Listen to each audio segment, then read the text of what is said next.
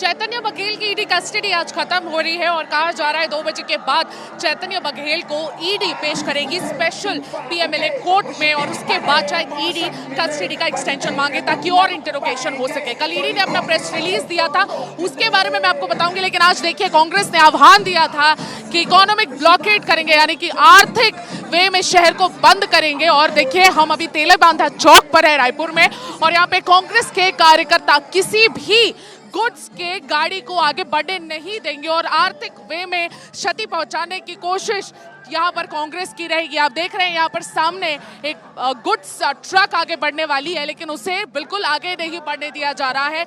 और कांग्रेस ने ये बात साफ कर दी है कि जितनी भी पैसेंजर व्हीकल्स है सबको आगे बढ़ने दिया जाएगा। एम्बुलेंसेस और इमरजेंसी वाली सर्विसेज जो कि त्यों रहेगी, लेकिन जितनी भी गुड्स वाली गाड़ियां हैं इन्हें रोका जाएगा और इकोनॉमिक आर्थिक वे में पूरे शहर को बंद कर दिया जाएगा।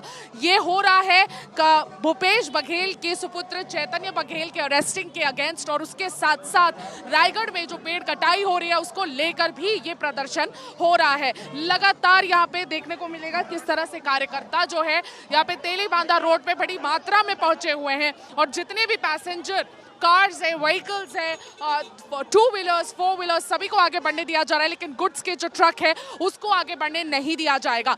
कल ईडी ने अपना स्टेटमेंट रिलीज किया था और ईडी के उस स्टेटमेंट में साफ साफ लिखा हुआ था कि 1000 करोड़ एक ऐसा अमाउंट है जिसको कहीं ना कहीं भूपेश बघेल के हाउस तक पहुंचाया जाता था और उसमें से 16 करोड़ चैतन्य बघेल ने यूटिलाइज कर लिए हैं। विठलपुरम ग्रीन्स में 5 करोड़ की प्रॉपर्टी ली है और उसके अलावा भी इलीगल प्रोसीड्स में उसको गिना जा रहा है। अब ये कहना है ईडी का, इसीलिए अब ईडी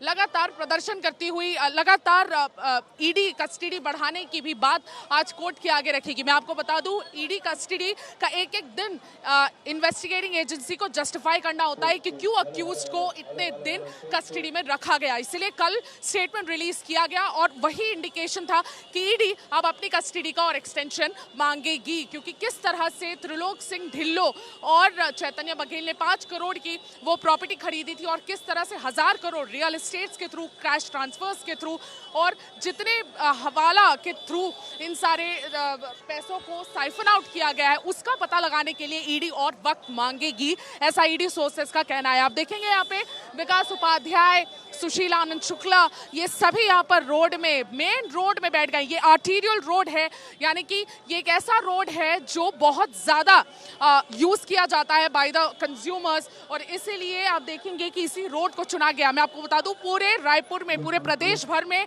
इस पूरे प्रोटेस्ट को किया जा रहा है, इकोनॉमिक ब्लॉकेड को किया जा रहा है, लेकिन रायपुर का इस रोड, रायपुर के भी अलग अलग क्षेत्र में ये इकोनॉमिक ब्लॉकेड किए जा रहे हैं और अब ये धरना प्रदर्शन इंटेंस होता जा रहा है। आप देखेंगे यहाँ पर रोड पर ही सारे कार्यकर्ता बैठ गए हैं और यहाँ पर बिल्कुल भी गाड़ियों को आगे जाने की अनुमति नहीं देंगे ये कार्यकर्ता, ऐसा इनका कहना है। हम यहाँ पर लोगों से बात करने की कोशिश करेंगे कि किस तरह से ये जो प्रोटेस्ट है ये बहुत ज्यादा आगे बढ़ गया है। क्या कहना चाहेंगे आप लोग? यहाँ पर अब रोड में बैठ गए हैं, आगे की रणनीति क्या होगी? ईडी क्योंकि एक्सटेंशन मांगेगी। देखिए, जो अराजकता और जो गुंडागर्दी चल रही है उसके खिलाफ हम लोग हैं और दूसरा नेताओं के परिवार के बच्चों को परेशान करना, मानसिक ताड़ना देना, उसके भी खिलाफ है। कानून के जरिए काम करें, कोई दिक्कत नहीं है। बिल्कुल बिल्कुल, ये जो प्रोटेस्ट है, ये प्रोटेस्ट किस तरह से आप लोग यहाँ पर रोड पर बैठ गए हैं और क्या आगे, कितना लंबा ये प्रोटेस्ट चलेगा? भारतीय जनता पार्टी इस प्रदेश को आर्थिक नुकसान पहुंचा रही है। अपने कुछ चुनिंदा उद्योगपतियों को फायदा पहुंचाने के लिए भारतीय जनता पार्टी यहाँ के जल जंगल जमीन को बेचना चाहती है। रायगढ़ के तमनार में अडानी के प्लांट के लिए हजारों की संख्या में वृक्ष को कटिंग करने का काम किया जा रहा है, काटा जा रहा है। वहाँ की महिला आदिवासी बहनें, वहाँ की विधायक जब विरोध करती है तो फर्जी मुकदमा दर्ज किया जाता है। कांग्रेस पार्टी इस देश के जल जंगल जमीन को बेचने नहीं देगी। हम भारतीय जनता पार्टी और अडानी के खिलाफ में ये ऐलान जंग है, उनको यहाँ से भगा कर भेजेंगे। इसलिए आर्थिक नाकेबंदी पूरे प्रदेश में कांग्रेस पार्टी कर रही है। आर्थिक नाकेबंदी पूरे प्रदेश में कांग्रेस पार्टी कर रही है, ये कहना था विकास उपाध्याय और सीनियर कांग्रेस लीडर सत्यनारायण शर्मा का। ये दोनों लीडर्स इस पूरे कहीं ना कहीं जो इकोनॉमिक ब्लॉकेड है इसको लीड कर रहे हैं। बताया जा रहा है कि यहाँ पे पूर्व मुख्यमंत्री भूपेश बघेल भी कुछ ही देर में आएंगे, लेकिन कितनी देर में आएंगे ये अभी साफ नहीं है। आप देखेंगे यहाँ पर ये आर्टीरियल रोड है, यहाँ से एयरपोर्ट जाने का रास्ता है और यहाँ से नया रायपुर को पुराना रायपुर से जोड़ने वाली ये बहुत ही अहम सड़क है और यहाँ पर इकोनॉमिक ब्लॉकेड किया जा रहा है। सबसे ज्यादा असर पूरे प्रदेश भर में यही देखने को मिल रहा है। मैं आपको ये बता दूं, Chhattisgarh Congress chamber of commerce ने सहयोग नहीं दिया है कांग्रेस के इस प्रोटेस्ट को और कहा है कि आर्थिक नुकसान होगा अगर हम कांग्रेस का साथ देंगे, तो इसलिए उन्होंने अपने आप को, इस पूरे एसोसिएशन ने अपने आप को डिस्टेंस कर लिया है। लेकिन उसके अलावा आप देखिए यहाँ पर जो सिक्योरिटी के बंदोबस्त है वो भी यहाँ पर अच्छे से कर दिए गए हैं। जितनी भी पुलिस की संख्या है वो यहाँ पर बढ़ा दी गई है और लेकिन ये जो प्रोटेस्ट है ये अब और तीव्र होता हुआ नजर आ रहा है, क्योंकि यहाँ पे किसी भी गुड्स की गाड़ी को आगे बढ़ने नहीं दिया जा रहा है। ट्रैफिक आप देखेंगे यहाँ पर ट्रैफिक काफी ज्यादा रुक गया है। आम जनता को भी यहाँ पर काफी तकलीफ से गुजरना पड़ रहा है। जैसा कि मैंने कहा, अभी बहुत ही क्रूशियल वक्त है।